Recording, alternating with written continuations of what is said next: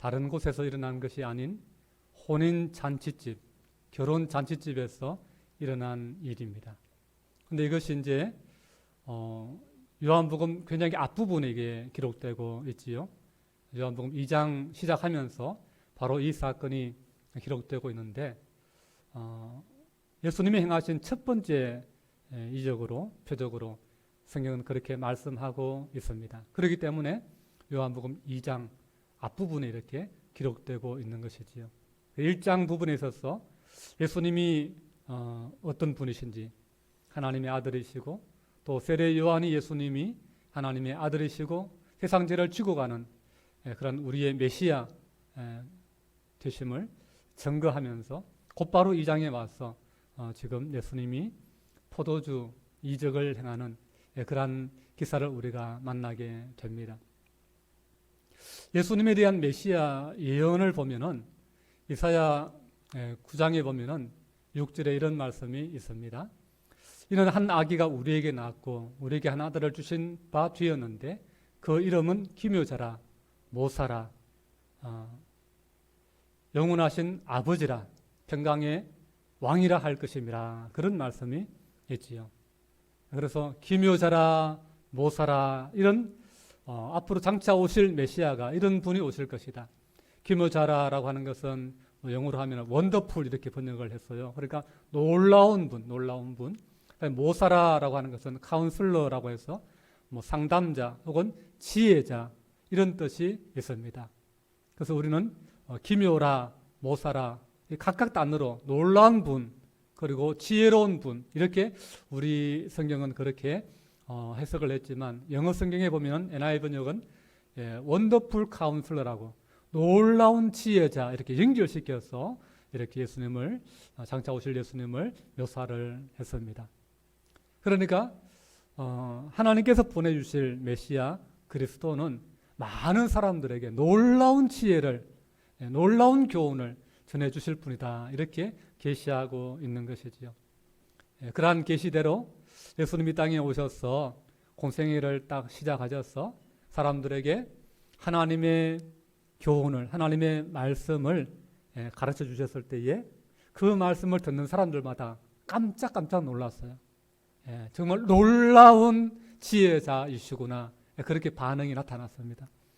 제가 말씀을 한번 찾아보겠습니다. 누가복음 4장 32절에 보면 이렇게 말씀합니다. 그들이 그 가르치심에 놀라니 이는 그 말씀이 권위가 있음이러라. 마태복음 7장 28절에 또 이렇게 말씀합니다.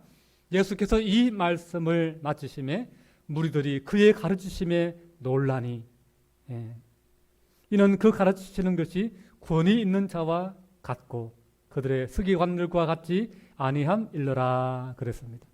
또 마가복음 1장 27절에 보면 다 놀라 서로 물어 이르되 이는 어찌미냐 권위 있는 새 교훈이로다 더러운 귀신에게 명한즉 순종하는도다 하더라 그랬습니다. 예수님의 말씀을 들을 때마다 예수님의 말씀이 선포될 때마다 사람들이 나타나는 반응이 깜짝깜짝 놀라는 거예요. 저 사람은 분명히 목수의 아들인데 요셉의 아들이 아니냐. 근데 어떻게 저런 집에서 저런 아버지 밑에서 저런 아들이 나올 수 있느냐. 아버지를 봐서는 도저히 저런 아들이 나올 수 없다. 그럴 만큼. 그리고 그들에게 평소에 교훈을 주고 그들을 가르쳐 주던 서기관들과는 차원이 다른 그런 놀라운 권세에 있는 그런 교훈의 말씀, 새 교훈이었다. 그렇게 고백하는 것을 보게 됩니다. 예수님은 정말 세상에서 가장 위대한 놀라운 지혜자, 원더풀 카운슬러였습니다. 그런데 성경이 가장 지혜의 복이라고 이렇게 말씀할 수 있는 성경이 뭡니까? 잠언서이지요.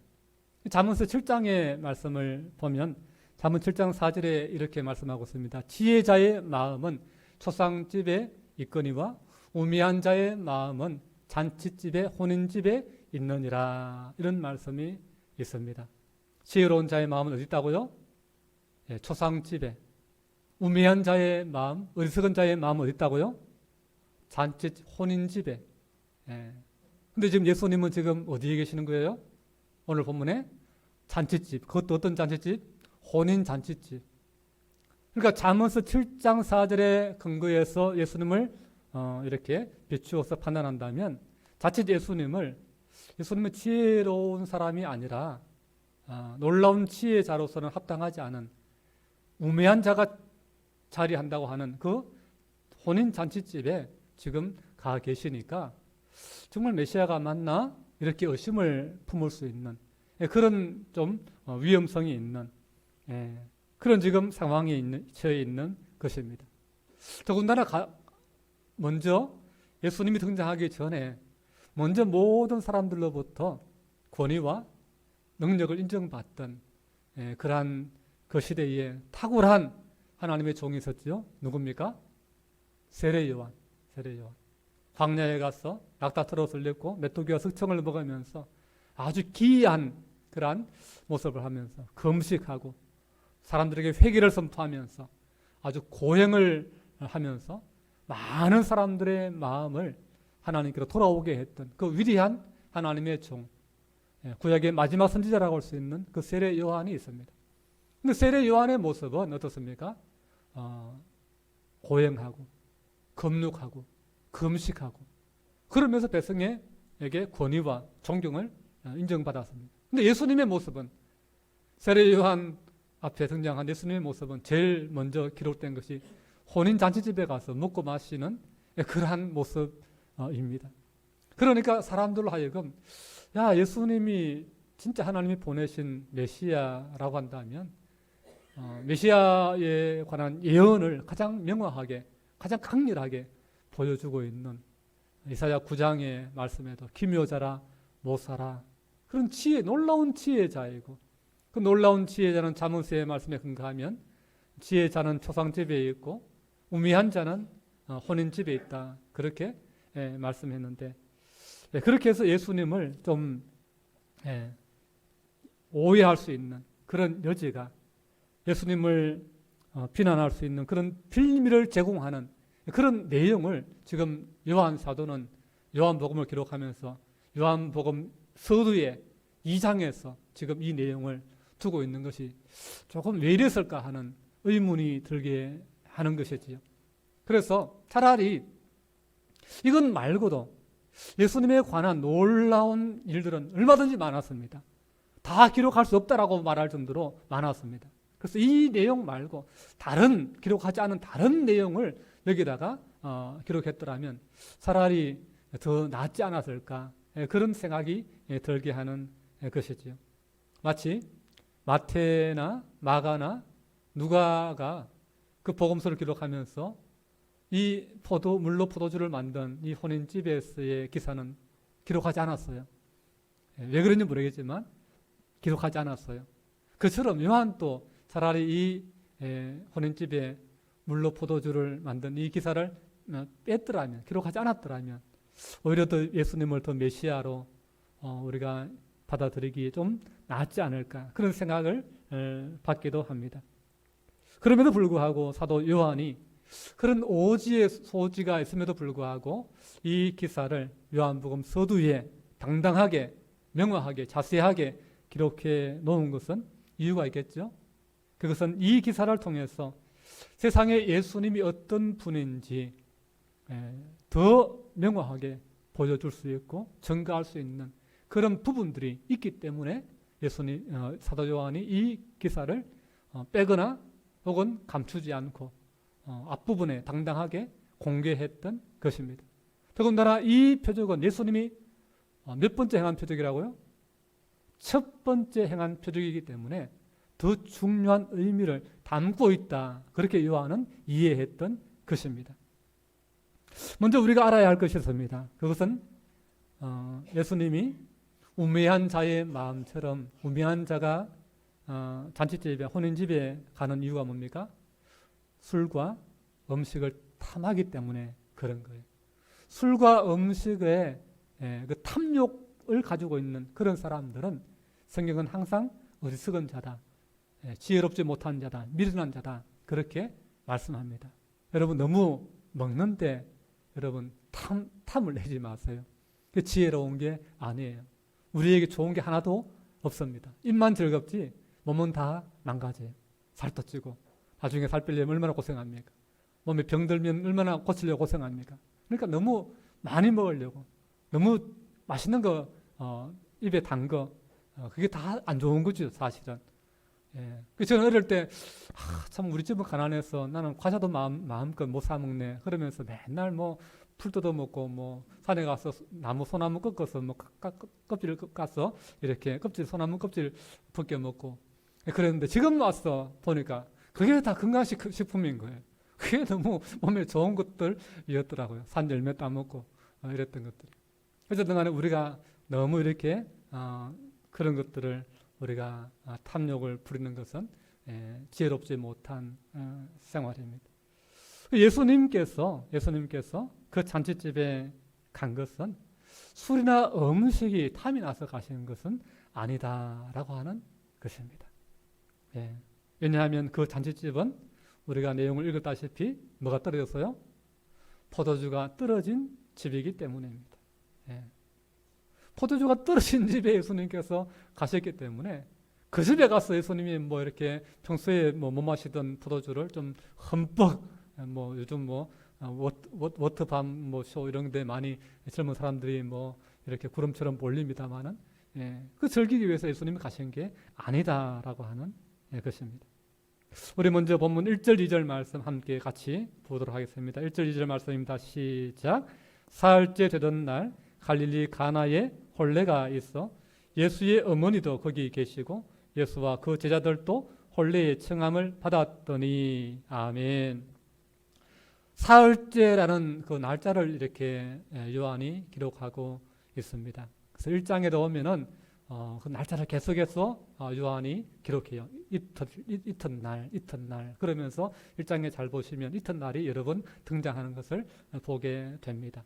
사흘째라고 하는 말은 1장 끝부분에 예수님께서 제자를 부르실 때에 나다나엘을 부르시는 그 내용들이 나와요. 그 나다나엘을 부른 지 사흘째 되던 날에 그랬어요. 근데 이 나다나엘이 어디 출신이냐? 바로 혼인잔치가 있었던 가나라고 하는 그 작은 시골의 도시의 출신입니다. 근데 예수님께서 그 가나에 혼례가 있어서 가셨는데 이 가나는 예수님이 나신 곳이 어디죠? 자라신 곳이 어디죠? 나사렛이죠. 나사렛에서 정방향으로 북쪽으로 이렇게 6km 정도 올라가면 있는 곳이 가나예요. 가나. 우리는 가나 초콜릿 생각하는데 그거는 전혀 관계가 없습니다. 그래서 예수님이 자라나신 그 나사렛에서 한 6km 정도, 그러니까 1시간 반 정도 이렇게 걸으면 도착할 수 있는 그런 곳에서 잔치가 열렸다라고 하는 것이죠. 근데 거기에 누가 가셨다고 했습니까? 예수님의 모친 마리아가 지금 가서 그 잔치에 참여하고 있는 거예요. 나중에 보면 예수님 어머니가 예수님께 뭘 부탁합니까? 예수님, 큰일 났습니다. 지금 잔치집에 제일 중요한 포도주가 떨어졌어요. 포도주 좀 구해주세요. 그렇게 부탁하잖아요. 그 말은 무슨 말입니까? 예수님의 어머니가 그 잔치집에서 일을 도와주고 있었다라고 하는 것을 우리가 알 수가 있지요. 잔치집에 가서 부조하고 음식 먹고 오는 것이 아니라 잔치집에 가서 일을 도와주고 있다라고 하는 것은 어떤 의미가 있습니까? 그 잔치집과 깊은 연관이 있다라고 하는 것을 우리가 짐작해 볼 수가 있지요. 그러니까 그 잔치집은 예수님의 어머니와 가깝거나 조금 뭐 이렇게 인근에 있는 그러한 일가 친척집 가운데 하나였다라고 하는 것을 알 수가 있지요. 그렇기 때문에 예수님의 어머니가 가서 거기에 일을 봐줄 정도로 그렇게 친밀한 관계였다고 한다면 예수님도 당연히 친척의 일원으로서 초대를 받은 것이죠. 그래서 오늘 말씀해 보면은 예수님도 초대를 받았다. 그렇게 말씀하고 있는 것입니다. 그렇기 때문에 잠언서에 나오는 우매자의 마음은 혼인집에 있다라고 하는 그 말과는 전혀 우리가 관련이 없는 내용인 예수님의 모습인 것이죠. 그리고 예수님만 가는 것이 아니라 예수님의 제자들도 뭘 받았다? 초청을 받았다. 그렇게 말씀하고 있는 것을 보게 됩니다. 왜냐하면 예수님의 제자들도 다 어디 출신이에요? 갈릴리 출신입니다. 이 지역이 다 갈릴리 지역입니다. 가나나 나사렛이나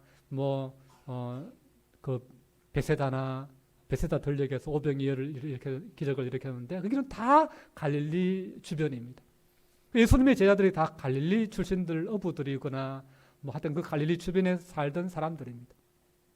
아마 가나 출신인 나다나엘도 아마 그 집에 그 잔치집에 초청을 받지 않았을까 싶어요. 나다나엘이 굉장히 그 당시에 이렇게 나름 그 지역 사회에서 인정받는 인물이었고 또 그 지역 사람이기 때문에 당연히 한 동네 사람이면은 초대를 받는 게 보통이지요. 그러니까 이제 예수님의 제자들도 여러 명 그 집안과 혹은 일가 친척으로 관련되어서 한 동네거나 그래서 초대를 받은 것이죠. 그렇기 때문에 함께 갔습니다. 근데 예수님이 가신 때가 그렇게 잔치의 앞부분에 가신 것이 아니라 약간 뒷부분, 중간 이후로 가신 것 같습니다. 왜냐하면 이 잔치는 명절 잔치도 그렇지만 제일 중요한 잔치가 뭐예요? 일생일대 한 번 있는 결혼 잔치 아닙니까? 정말 인생에 있어서 제일 의미 있는 잔치고 가장 소중한 날입니다. 그렇기 때문에 그날만큼은 가장 음식을 풍족하게 많이 준비하고 잘 준비합니다. 잘 대접합니다. 근데 이스라엘에 있어서 잔치에 있어서 제일 중요한 음식이 뭔지 아십니까? 안동은 보니까 뭐예요? 안동 식혜가 좀 중요하더라고 보니까. 근데 우리 권사님들 안동 식혜 이렇게 맛봤는데 제가 먹어본 안동 식혜 중에서는 제일 맛있었습니다. 제가 거짓말이 아니고 입에 발린 말이 아니고 진짜 저희 집사람도 먹어보고 너무 맛있다고 좀 배워야 되겠다고 이런 말까지 이렇게 할 정도로 맛있더라고요. 제가 처음 먹었던 때는 영천에서 먹어봤거든요. 안동분이 이렇게 옆에 계셔가지고 교인 중에 계셔가지고 먹었는데 그때는 먹기가 힘들더라고요. 막 벌겋고 막 고춧가루 막 꾸죽물 같아요. 꾸죽물. 그런데 여기 와서 이제 다시 도전해봤는데 너무 맛있어요. 어쨌든 간에 안동은 뭐 이렇게 식혜나 혹은 또 문어숙회 이게 이제 잔치집에 꼭 들어가는 어떤 그런 음식이지 않습니까? 근데 이스라엘 땅은 반드시 있어야 되는 중요한 음식이 뭡니까? 포도주입니다. 포도주. 우리가 생각하기에는 포도주는 술이니까 예수님이 뭐 이렇게 제자들이 혹은 그 사람들이 술을 많이 먹었구나 이렇게 생각하는데 그건 조금 오해예요.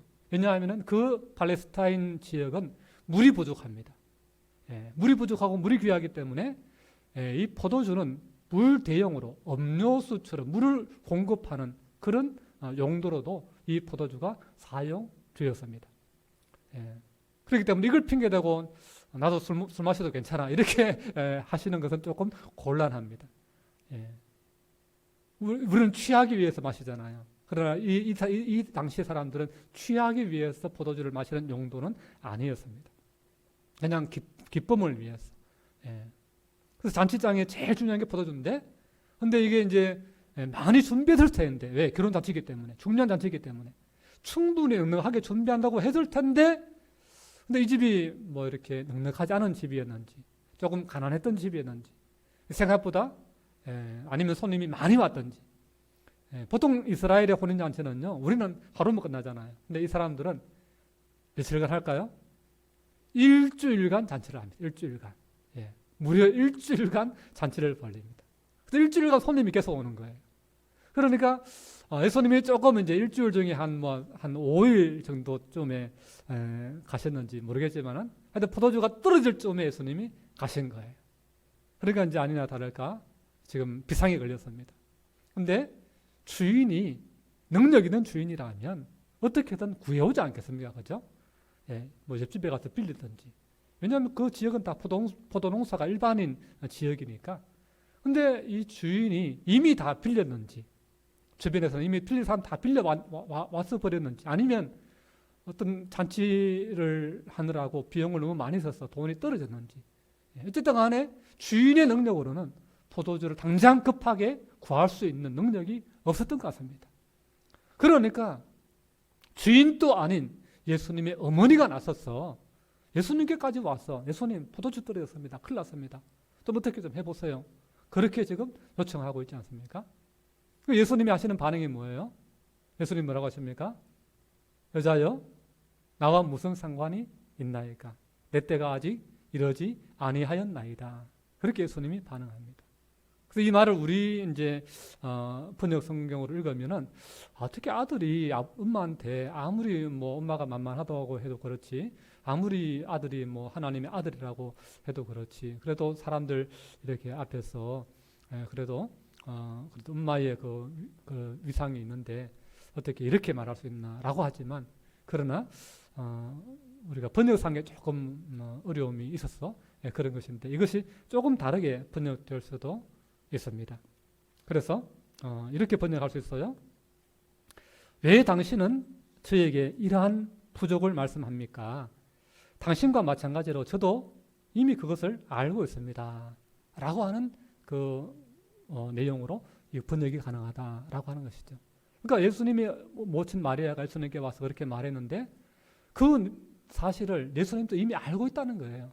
이미 내가 알고 있는데 왜 굳이 와서 또 다시 이거를 말씀합니까? 이런 것으로 번역할 수도 있고, 또 다르게 해석은 나와 당신에게 있어서 그 일이 관계가 없지 않습니까? 이렇게 또 조금 다르게 해석할 수도 있다라고 하는 것이죠.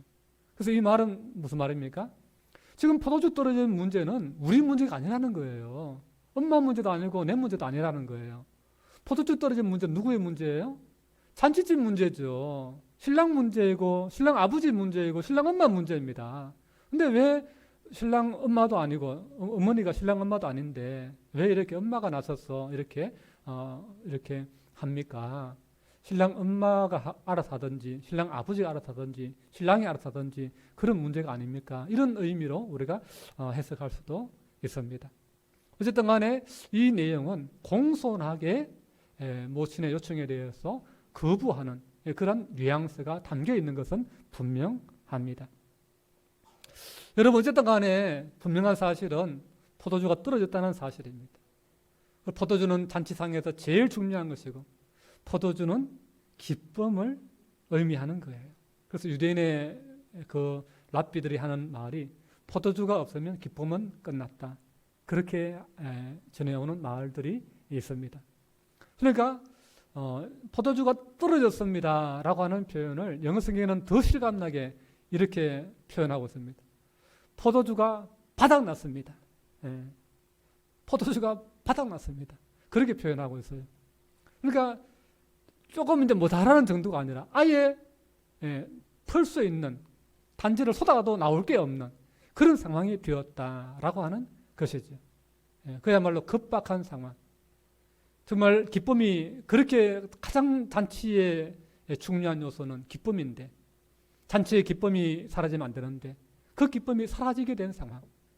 이제는 사람들의 얼굴에서 좀 불만이 나오고 인상을 쓰게 되고 마음이 불편한 그런 상황이 되는, 술 더 가져오세요 하는데 포도주 더 주세요 하는데 포도주가 떨어졌다고 말은 못하고 웅성웅성하고 소란이 일어나는 그런 상황이 되었다라고 하는 것입니다. 여러분, 포도주는 기쁨을 의미합니다. 포도주가 떨어졌다는 것은 기쁨이 끝났다라고 하는 것을 의미합니다. 어떤 가게에 갔더니 사장님이 이렇게 말씀합니다. 제가 신부님을 전에 몇 번 만나봤는데 신부님들은 술을 엄청 마시던데요, 이렇게 이야기해요. 목사님들은 술 안 마십니까? 이렇게 물어봐요. 목사는 술 안 마십니다. 근데 신부는 왜 마시냐고 그러더라고요. 신부는 아마 결혼을 못하게 하니까 그런 부분들을 결혼 대신에 아마 좀 풀어주는, 허용해주는 그런 측면이 있는 것 같습니다. 그렇게 대답했어요. 그 목사님은 친구들하고 만나면 술 안 마시면 뭐 마십니까? 이렇게 묻더라고요. 그래서 우리는 차 마십니다. 커피 마시고 물 마시고 차 마십니다. 그러니까 그럼 재미없겠네요. 이렇게 이야기하는 거예요.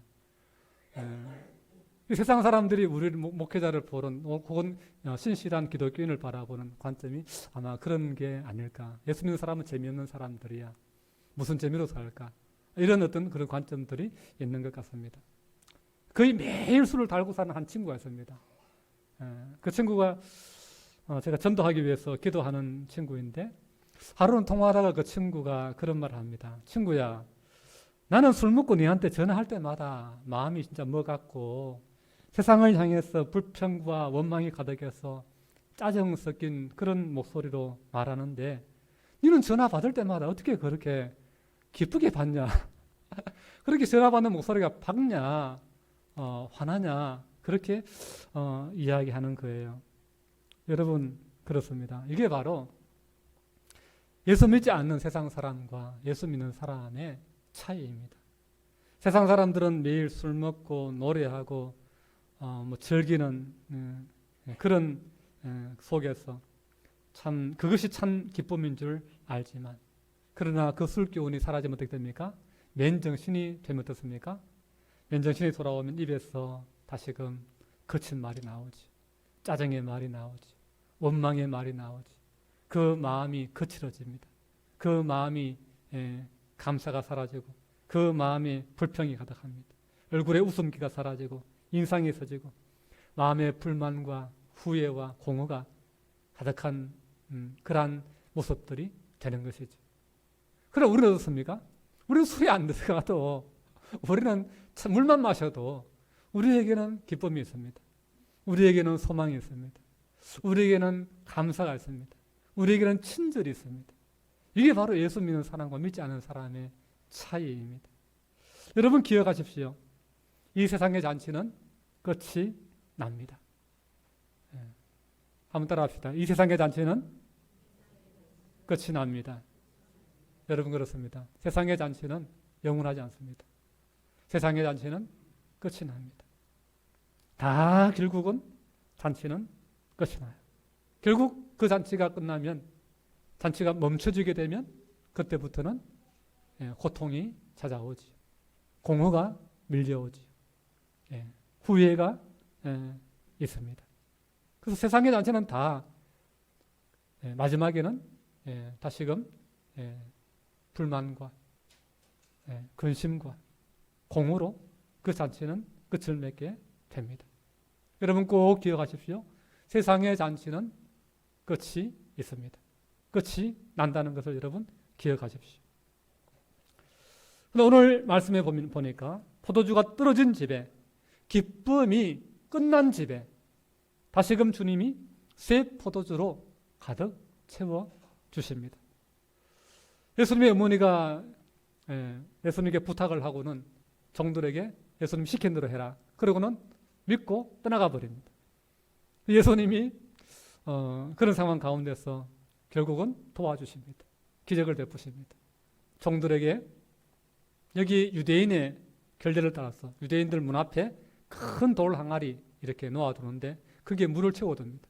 그러면 이제 먼지 나는 그런 길을 걷고 집에 들어올 때 손님이나 주인들이 그 물을 떠서 발과 손을 씻고 그 집 안으로 들어가게 하는 용도입니다.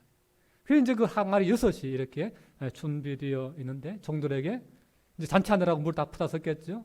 근데 우물에 가서 물을 길러서 이 항아리에 채워라.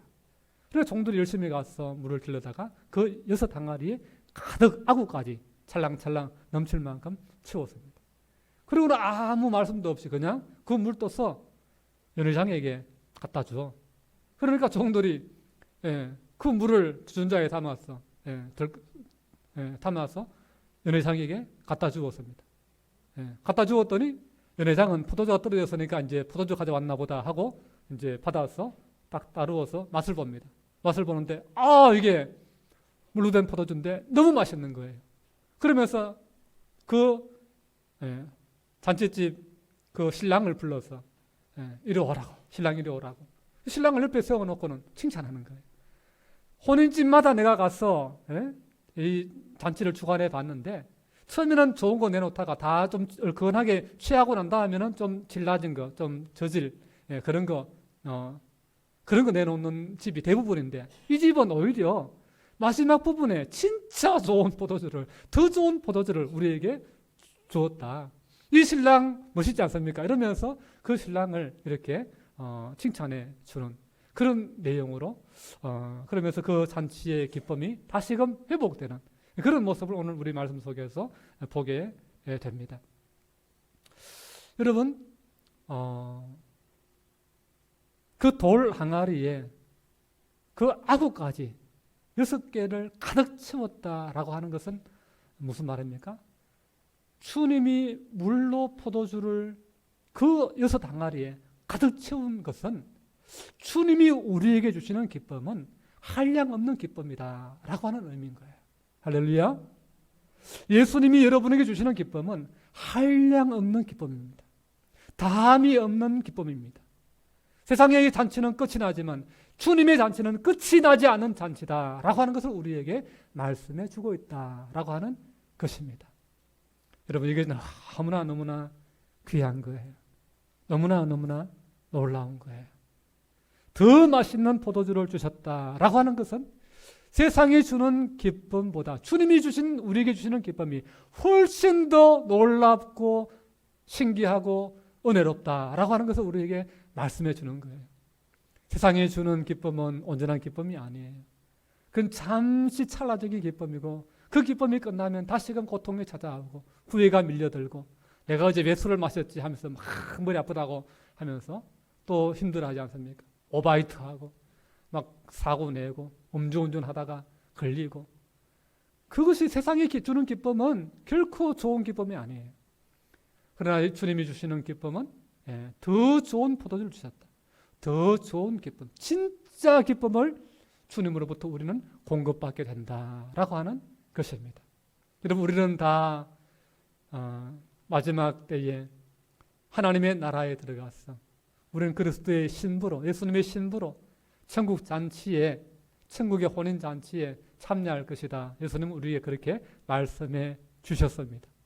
그렇기 때문에 공생의 사역 처음 하면서 진짜 우리가 미리 마치 두갈식처럼 먼저 결론, 먼저 진짜 핵심 교훈, 그것을 요한복음 맨 앞에다가 두시는 것이죠. 마지막에 우리가 들어가야 될, 얻어야 될, 누려야 될 그 영광, 그 기쁨, 하나님의 나라에서 주님과 함께 혼인잔치에 참여할 기쁨이다. 그걸 미리 이렇게 예고하는 그런 예고편으로 이렇게 앞에 기록해 놓고 있는 것이죠. 그 포도주는 나아가서 단순히 포도주만을 의미하는 것이 아니라 예수 그리스도의 보혈을 의미하는 것입니다. 여러분, 이것을 아셔야 오늘 이 비유의 진정한 의미를 여러분이 아시는 것입니다.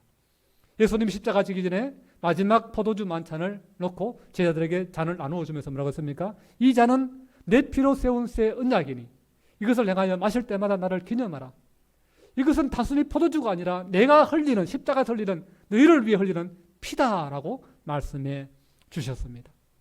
그렇기 때문에 우리가 얻게 되는 기쁨의 포도주는 세상에서 마시는 포도주 술이 아니에요. 예수 그리스도의 십자가 보혈로 말미암아 얻게 되는 하늘의 포도주다라고 하는 것을 우리가 알아야 됩니다. 하늘의 신령한 음료인 것을 우리가 알아야 되는 것이죠. 예수님께서 그 피를 다 흘리시고 마지막에 뭐라고 했습니까? 테테스타이, 다 이루었다라고 말씀하신 것입니다. 죄와 사망의 권세를 다 깨뜨리시고 우리의 죄를 다 씻으신, 무엇으로? 당신의 보혈로 씻어주신 거예요. 그때에 우리에게 주어지는 기쁨, 그것이 진짜 기쁨인 거예요. 예수 그리스도의 보혈이라고 하는 진짜 포도주, 새 포도주로 우리에게 부어질 때만이 우리가 참 기쁨을, 새 기쁨을, 끊이지 않는 영원한 기쁨을 얻게 된다라고 하는 사실입니다. 할렐루야. 여러분, 그래서 예수 그리스도의 십자가의 보혈이 그렇게 귀한 거예요. 예수 그리스도의 십자가의 보혈이 있어야 우리에게 참 기쁨이 그때서야 주어지는 거예요. 죄와 허물이 우리에게 있는 상태에서는 참 기쁨이 없습니다. 쉽게 질 때에 여러분, 땀 흘리고 일하고 몸이 찝찝한데 여러분 기분이 좋을 리가 있겠습니까? 그런 상태로는 절대 여러분 편하지 않습니다. 옷이 막 틱틱 달라붙는데 절대 기쁘지 않습니다. 우리에게 죄와 사망이 그늘져 있는 한은 우리에게 참 기쁨은 없습니다. 예수 그리스도의 새 포도주 그 보혈로 우리를 씻을 때만 우리에게 참 기쁨, 참 자유, 참 은혜가 넘치는 것입니다. 그래서 그 포도주를 예수 그리스도의 보혈로 지나서 부활로 나아가서 하나님 나라에 가서 주님과 신랑 되신 주님과 함께 혼인잔치에 참여해서 거기서 잔치에 나아가서 누리는 기쁨, 그 기쁨으로 우리를 기쁘게 하시는 우리 주님이신 것입니다. 이 기쁨을 주시는 주님 앞에 여러분 날마다 감사하시길 바랍니다. 날마다 그 좋으신 이름을 높여드릴 수 있는 저와 여러분 될 수 있기를 바랍니다. 이 땅의 잔치가 다 끝납니다. 우리는 이 땅의 잔치가 아니라 더 큰 잔치, 더 놀라운 잔치, 진짜 기쁜 잔치, 영원한 잔치, 그 잔치를 주일마다 주님 앞에 나와서 주의 보혈을 의지해서 하나님 앞에 은혜의 보좌 앞으로 나아갈 때마다 그 잔치를 미리 맛보게 되는 줄로 믿습니다. 우리가 이 잔치의 기쁨을 누리다가 천국에 가서 더 큰 진짜 영광스러운 그 잔치에 우리 모두 참여할 수 있는 그 은혜가 있기를 주님의 이름으로 축복합니다. 기도하겠습니다. 좋으신 아버지 하나님 감사합니다. 우리로 하여금 가나 혼인잔치의 비유를 통해서 예수님이 십자가 보혈로 새 포도주로 우리를 참 하나님의 아들 딸로 새롭게 하시고 하늘의 참 혼인잔치 영원한 잔치에 우리를 초대하시고 우리를 하여금 하나님의 자녀로서 그 혼인잔치에 참여하게 하시는 그 은혜를 깨닫게 하시니 감사합니다.